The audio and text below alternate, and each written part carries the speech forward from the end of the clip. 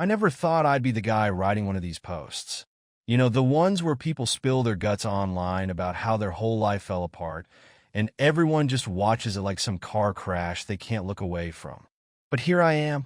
And yeah, my wife cheated on me, but it's who she cheated with that really twists the knife. My own brother. I guess I should start by talking about how perfect everything seemed at first, right? You always hear about that in these kinds of stories. It's always perfect in the beginning. We had the house in the suburbs. Nothing too fancy, but cozy enough. Amber was a fitness trainer, really into her work, and I was doing well enough in finance. Our life was set up. We were saving for vacations, planning for the future, and everything looked solid from the outside. But I guess that's where it started to fall apart, in those little cracks beneath the surface. Amber was the kind of woman who turned heads. Everywhere we went, people noticed her. At first, I loved that. I mean, who wouldn't? Having someone like her on my arm made me feel like I was the luckiest guy in the world. But it was more than just that. She had this energy, this drive, like she could take on the world. I used to think that was part of what made us click. I'm not the most exciting guy in the world, so maybe we balanced each other out. But lately, that energy started turning into distance. She started talking about needing space. That's how it always starts, right? I need space. And she began taking these work trips over the weekends. A personal trainer going on work trips? Maybe I should have been smarter, but at first, I didn't think too much of it. I figured she was just expanding her business, finding clients in new places. But then she'd turn off her phone for hours. That's when it started gnawing at me. She'd say she was busy or in meetings. Who the hell has meetings in the fitness industry that late? The more I thought about it, the more I realized something was wrong. I didn't want to admit it, but our sex life was, well, it wasn't what it used to be. I'd go to bed wanting her, trying to reach out, and she'd be too tired or not in the mood. That started happening more and more. She'd pull away or give me excuses, and eventually, it felt like I was living with a stranger. And when we did sleep together, it felt like she was just going through the motions, like she was somewhere else entirely. I tried brushing it off, telling myself she was just stressed from work, or maybe I wasn't doing enough. But deep down, I knew that wasn't it. I remember talking to Max about it. Max is this guy I've known for years. We used to hit up bars together before I got married. He's in the film industry now, knows all sorts of people. We were having drinks one night, and I couldn't help but hint at what was going on with Amber. I didn't tell him the whole story, not yet. Just that things between us weren't the same anymore. He gave me this look, like he knew exactly what I was going through, but didn't want to say anything. "If you need anything, man, let me know," he said. That's what he offered, and it stuck with me, even though I didn't take him up on it. Not yet. Then there were her evening trips. That was when it really started getting bad. She'd say she had to go out to meet some new clients, work on these projects, but she never gave me any details. I'd ask her where she was going or who she was meeting, and she'd get defensive. "Why do you always need to know? Or can't I just have my own life for a change?" She'd snap at me, and I'd back off, but the pit in my stomach would just grow. Maybe I should tell you about my family. That might make all this clearer. Growing up, I was always the one who had to work for everything. My parents were good people, but when my little brother came along, it was like they forgot I even existed. He was the golden child, you know? The one who could do no wrong. They gave him everything. I worked my ass off in school, got a solid job, built a life for myself. And then there was my brother, waltzing through life, always landing on his feet no matter what he did. And the worst part? My parents wanted to hand everything over to him. They told me a few months ago they were planning to give him the family business. Just like that. All those years I thought maybe I'd finally get some recognition. And instead, they were ready to hand everything over to him on a silver platter because he was younger, more charming, easier to love. So yeah, you could say there was already some resentment there. But I never thought he'd betray me like this. Not with Amber. Never with her. I should have seen it coming. The signs were all there. But I was too busy trying to save whatever was left of our marriage to put the pieces together. Looking back now, it's so fucking obvious. The way they'd talk at family gatherings, those little smiles they'd exchange when they thought no one was watching. I thought it was harmless. I was an idiot. You know that feeling when everything inside you is screaming that something's wrong, but you don't want to believe it? That's where I was. After all those years together, I still couldn't wrap my head around the idea that Amber might actually be cheating on me. But things kept piling up. She started being way too protective of her phone, locking it whenever I walked into the room, taking it everywhere, even the bathroom, and her laptop, always closed, password protected. It wasn't like that before. It was subtle at first, just small changes that I brushed off as nothing. But it grew worse, way worse. I tried being the trusting husband, the guy who didn't snoop through his wife's things, but it got to the point where I couldn't ignore it anymore. One night, while she was in the shower, I grabbed her phone and tried to unlock it. Of course, she'd changed her passcode. That only confirmed what I already knew in my gut. She was hiding something. So, I started looking.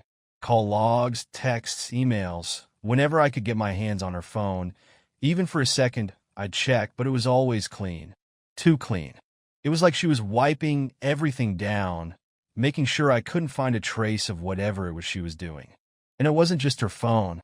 Her laptop stayed locked, and anytime I walked into the room, she'd close it down with this casual, "Oh, just finishing up some work" bullshit excuse. But I wasn't stupid. I knew she was covering her tracks. The more careful she got, the more obsessed I became. I started watching her. The way she'd look at her phone and smirk when she thought I wasn't paying attention. How she'd work late or take those weekend trips and come back with vague stories about how tiring it all was. I knew she was lying to me, but without any proof. What could I say? That's when I called Max. Max and I had drifted apart over the years, but we were still tight in that way that guys are, you know? Even when we don't see each other for months, we can pick up right where we left off. And Max, being in the film industry, had connections. He knew how to dig into things that weren't meant to be found. I hadn't told him the whole story when we first talked about Amber, but now I needed help. I needed someone who could confirm what I was already too scared to admit to myself. "Hey man," I said over the phone, "I think Amber's hiding something. I don't know what, but I need to find out. Can you help me out?" Max didn't even hesitate. "Of course, dude. Let me look into it." That's all it took. A few days passed, and I started feeling the weight of my paranoia lifting just knowing someone else was in on it with me. But I wasn't prepared for what Max found. It was late when he called me back, his voice tense in a way I hadn't heard before. "James, I found something. You need to see this." "What is it?" I asked, my heart pounding in my chest. He sent me a link. No explanation, just a URL. My hands were shaking as I clicked on it, taking me to a video on some adult site I'd never heard of. And there she was, Amber, my wife, dressed in a way I had never seen her before, doing things I can't even begin to describe here. It felt like my world shattered in that moment. My stomach twisted, my throat tightened, and I felt like I couldn't breathe. I watched in disbelief, frozen in my seat, as the screen showed me the one person I thought I knew better than anyone, in a way I never imagined. But it wasn't just her body on display. It was her face, her expressions. She wasn't just acting in some adult video.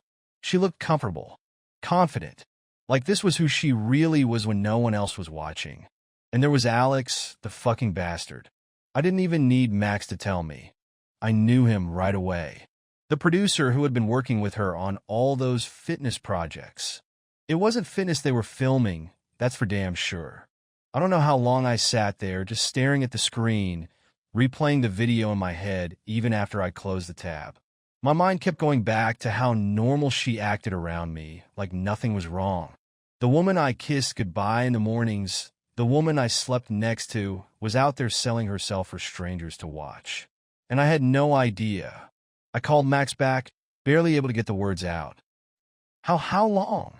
"A while," he said quietly. "From what I could dig up, she started with one video, an experiment, maybe. But then it grew. She's been doing this for months, James. Under a pseudonym. She's pretty big in that world. Months. My wife had been living a double life for months, and I didn't have a clue. I felt like a fool. No, worse than a fool. I felt like I didn't even know who the hell I was anymore. Everything started to click into place then. The late nights, the secrecy, the weird behavior, the work trips. All of it. She wasn't out there building a fitness empire. She was out there filming with Alex, with God knows how many other people, and then coming home to me like everything was fine. But it wasn't fine. None of this was fine. And I knew, right then and there, that my marriage was over. I've been carrying the weight of that video around for days, like a boulder crushing my chest.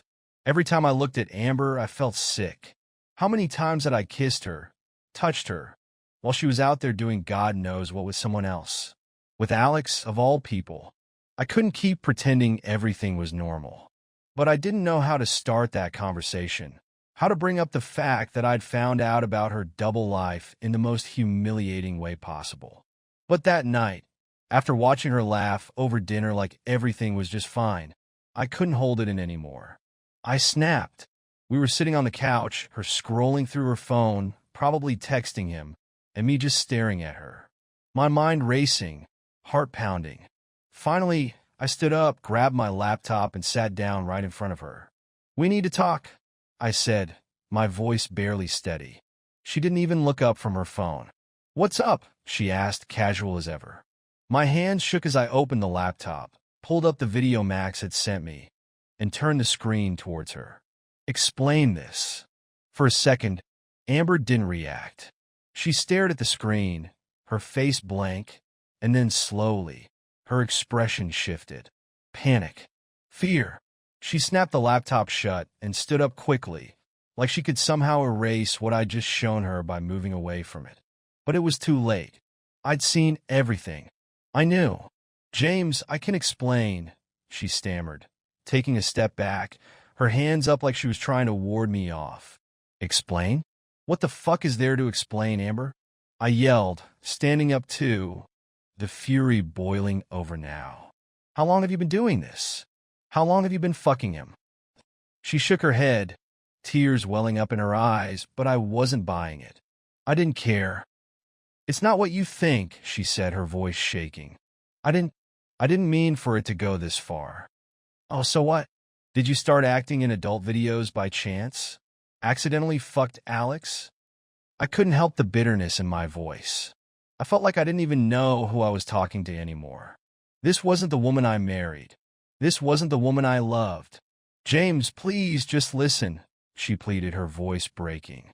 "It started out as a way to make extra money. That's all. You were always working, and I felt like I wasn't doing enough. Like I was just here, waiting for you to come home every day.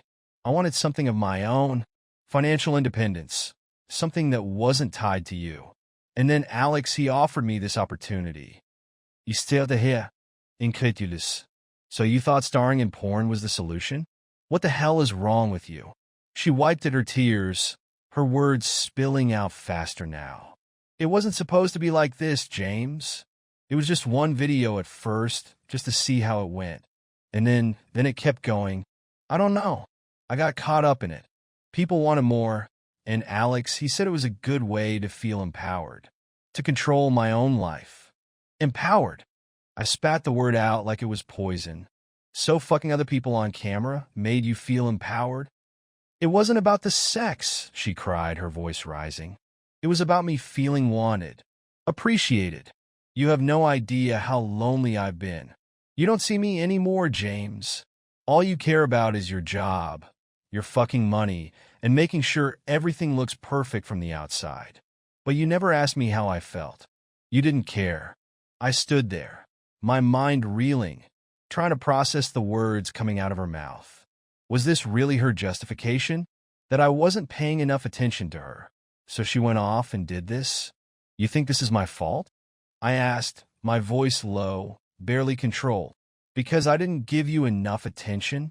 She sniffed, her arms crossed over her chest. "It's not just that. It's everything. Our marriage hasn't been right for a long time." Before I could respond, my phone buzzed in my pocket. Without thinking, I pulled it out, and there on the screen was a text message. From Max. "You need to come see this," it said, with an address attached. "Who is that?" Amber asked, noticing my shift in attention. "None of your fucking business," I snapped, grabbing my keys. I was done with this conversation, done with her excuses. I left the house without another word, my mind in overdrive as I drove to the address Max had sent me. It wasn't far, just a small office building in a quiet part of town. I didn't know what to expect, but what I found nearly broke me all over again. There they were, Amber and Alex, together. She was standing close to him, talking, laughing like nothing had happened. Like she hadn't just confessed to me that she'd been screwing him behind my back for months. The rage that hit me was unlike anything I'd ever felt before. I saw red.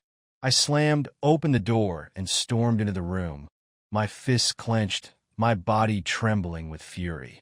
They both turned to look at me, Amber's face going pale when she saw me. Alex, he just smirked. That fucking smirk. "What the hell is this?"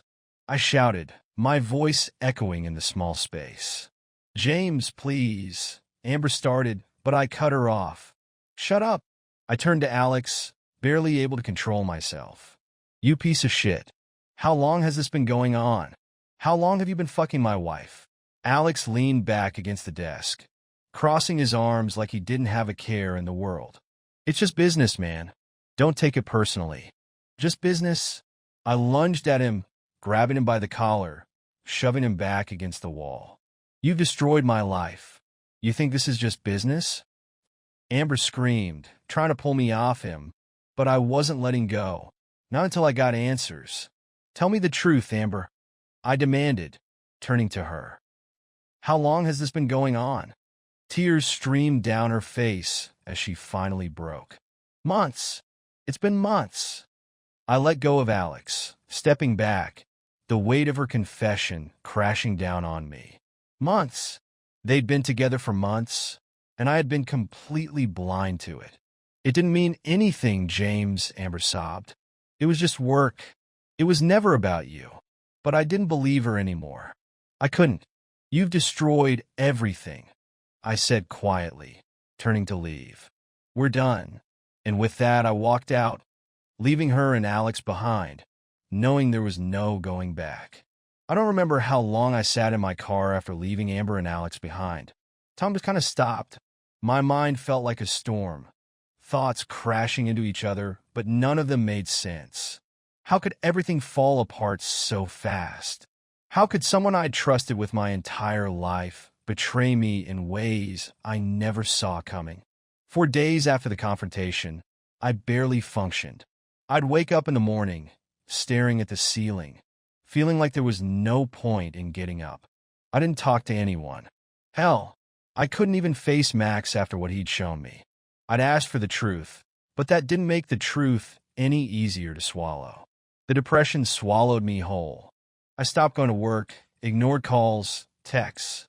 My friends tried to reach out, but what was I supposed to say? "Hey, yeah, my wife was screwing my brother and a guy she films porn with. How's your day?" I couldn't make sense of it. The betrayal wasn't just about Amber's infidelity. It was about the years we'd built together, the plans, the life, the promises. I kept asking myself why. Why wasn't I enough? Why didn't I see it coming? Every time I tried to make sense of it, I'd end up back in the same dark hole, drowning in anger and humiliation. I barely slept, and when I did, I'd dream of them. Amber and Alex, Amber and my brother, Amber laughing, while I stood on the outside looking in, helpless. I tried to make it go away, but the images just kept coming like some twisted nightmare that I couldn't wake up from. Eventually, the anger took over the sadness. I stopped feeling sorry for myself and started thinking about how to make them pay. If Amber thought she could just walk away from this, ruin my life, and keep hers intact, she had another thing coming. I wasn't just going to sit back and let her get away with it. That's when I started thinking about divorce. It was inevitable. There was no fixing what she'd broken, but I wasn't going to let her walk away clean. I wanted her to feel the same pain I was feeling. I wanted her to lose everything, the way I had. I called my lawyer, set up a meeting, and started planning my next move. She was going to pay for this, financially and emotionally. The marriage might have been over, but that didn't mean I had to let her win. I told my lawyer everything about the affair, about the porn, about Alex. They took notes, nodded, and started working on the divorce strategy. Amber was about to get hit with everything I had. And Alex? I wasn't done with him either. Max and I started looking into his business, the company he'd used to produce Amber's videos.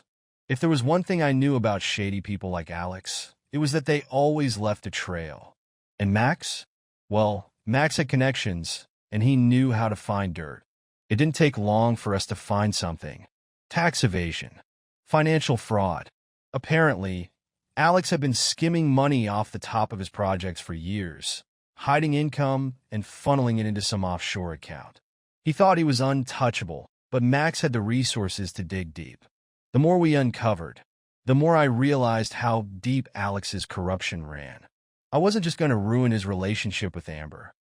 I was going to bring down his whole empire. But it wasn't enough just to know.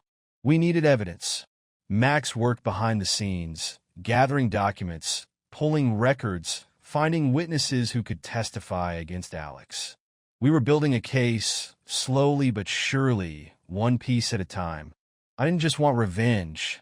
I wanted justice. Amber had chosen to be a part of Alex's world, so she was going to fall with him.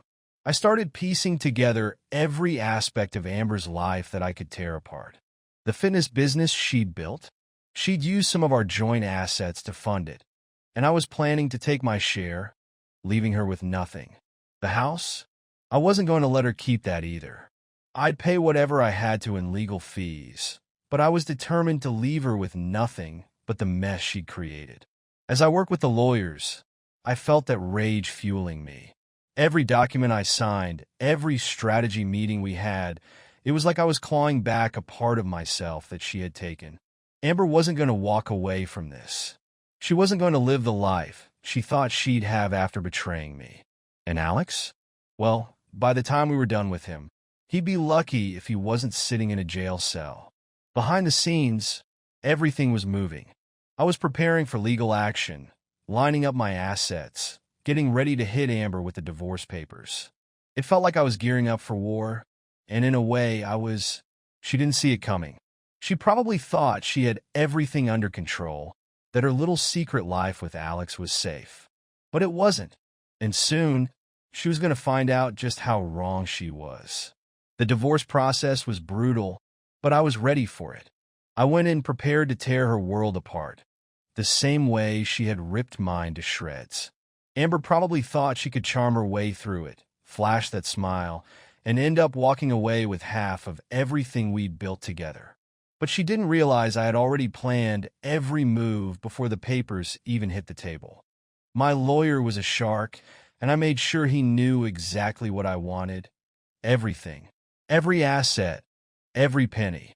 I wasn't going to let her walk away with a cushy life after what she did. We built that life together, but she burned it to the ground the moment she chose her secret life with Alex over me. Amber, of course, tried to play the victim.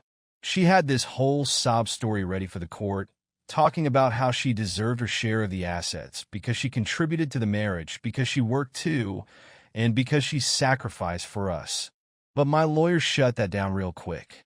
We had video evidence of her double life, of her secret career as an adult film actress, which she tried so hard to hide. And that's when things really got interesting. In court, everything came out. The videos, the affair, her role in the adult film industry. My lawyer laid it all out, piece by piece, exposing her for who she really was. It wasn't just a betrayal of our marriage. It was a betrayal of everything she pretended to be. The perfect wife, the fitness trainer, the woman who had it all together. She'd built this image of herself for years, fooling everyone. But now, there was no hiding. Watching her sit there, listening as her lies were picked apart in front of everyone, was a twisted kind of satisfaction. I saw her face turn pale when the evidence was presented. I could feel the shame radiating off her as friends, family, and even her colleagues found out about her secret life. The whispers started immediately, the looks of judgment from people who once admired her. She was finished. Amber tried to fight back, of course. She argued that the videos were just work, that they didn't define her or what she contributed to the marriage. But no one bought it, not after the mountain of evidence we had against her. My lawyer tore her defense apart, showing how she had siphoned off money from our joint accounts to fund her side projects. She thought she could outsmart me, but she didn't realize I'd been paying attention to every little detail for months.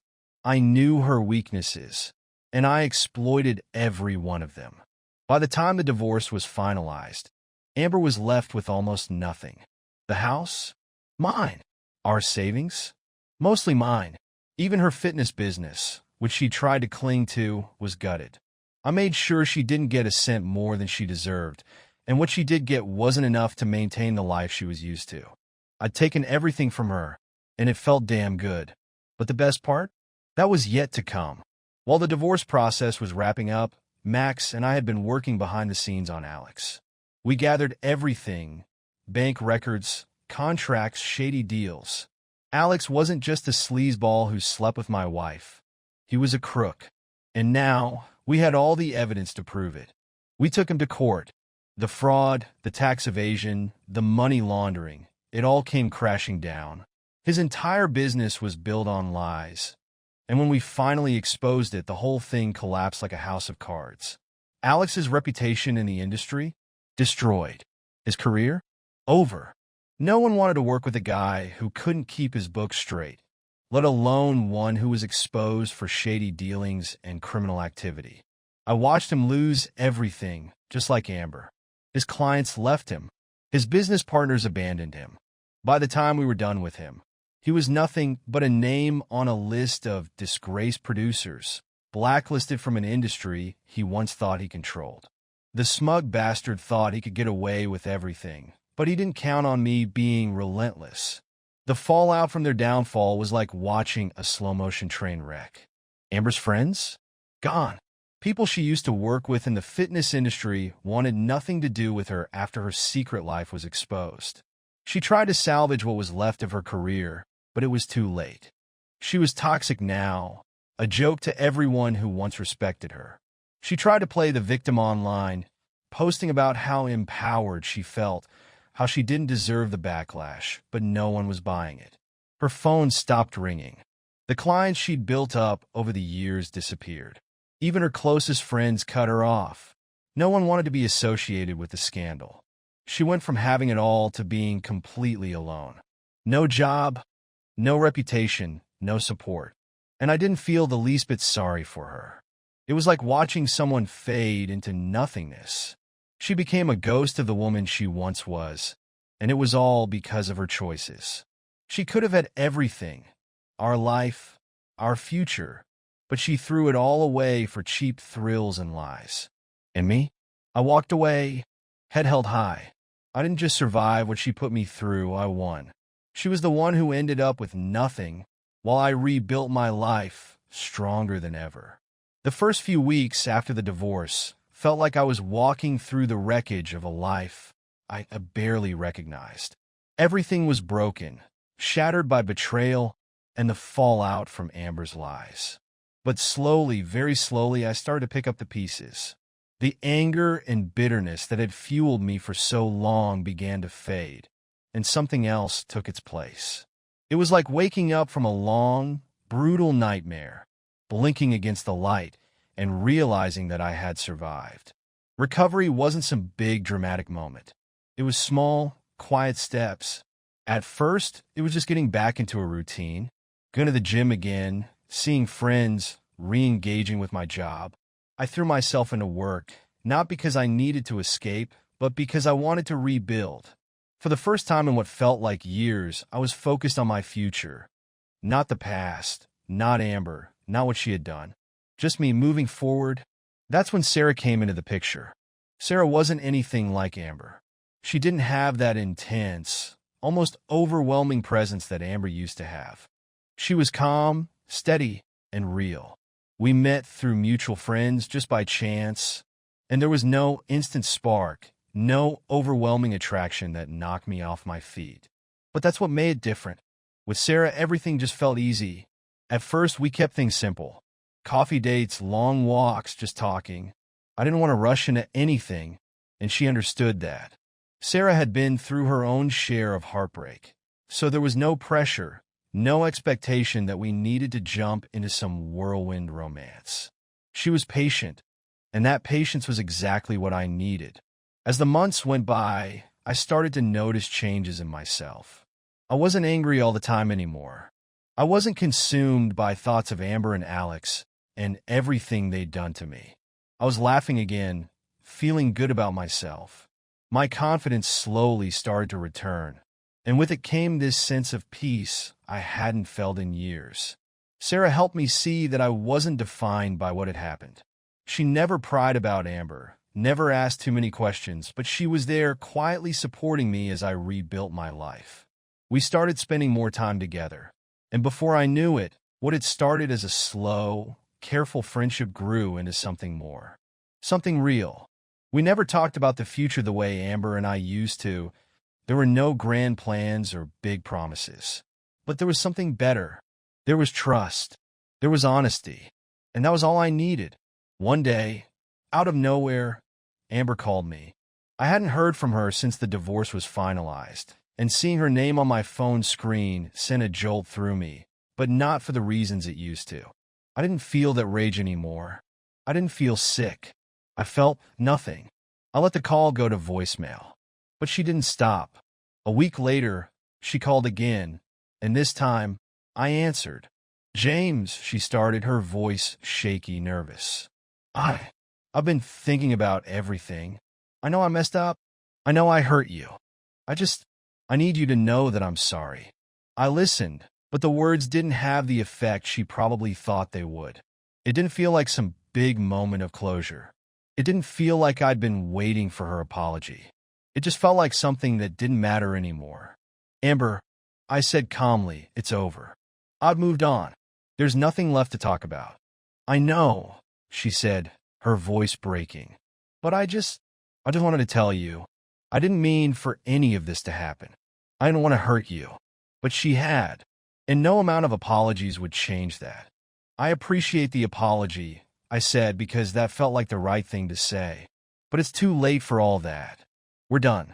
She tried again, something about how things had spiraled out of control, how she'd lost herself along the way. But I didn't need to hear it. I'd spent too long living in the shadow of her mistakes. It was time to move on, really move on. That was the last time I spoke to Amber. The finality of that conversation didn't leave me feeling triumphant or vindicated. It left me feeling free. Free of the anger, the pain, the bitterness. Free to finally live the life I wanted without the weight of the past dragging me down. A few weeks later, I was walking with Sarah through a park. It was one of those crisp, clear mornings where the air feels fresh and clean, and everything just feels possible. We didn't talk much. We didn't need to. There was this quiet understanding between us, a peace that I'd never had before. As we walked, I realized that I was happy, truly happy. Not the kind of happiness that comes from everything being perfect, but the kind that comes from knowing that no matter what happens, I'm okay. I've survived. I've come out the other side, and I'm stronger for it. Sarah squeezed my hand, and I looked over at her, smiling. She smiled back, and in that moment I knew that I had finally left the past behind. Amber, Alex, all of it, it was just a memory now, a chapter that had closed.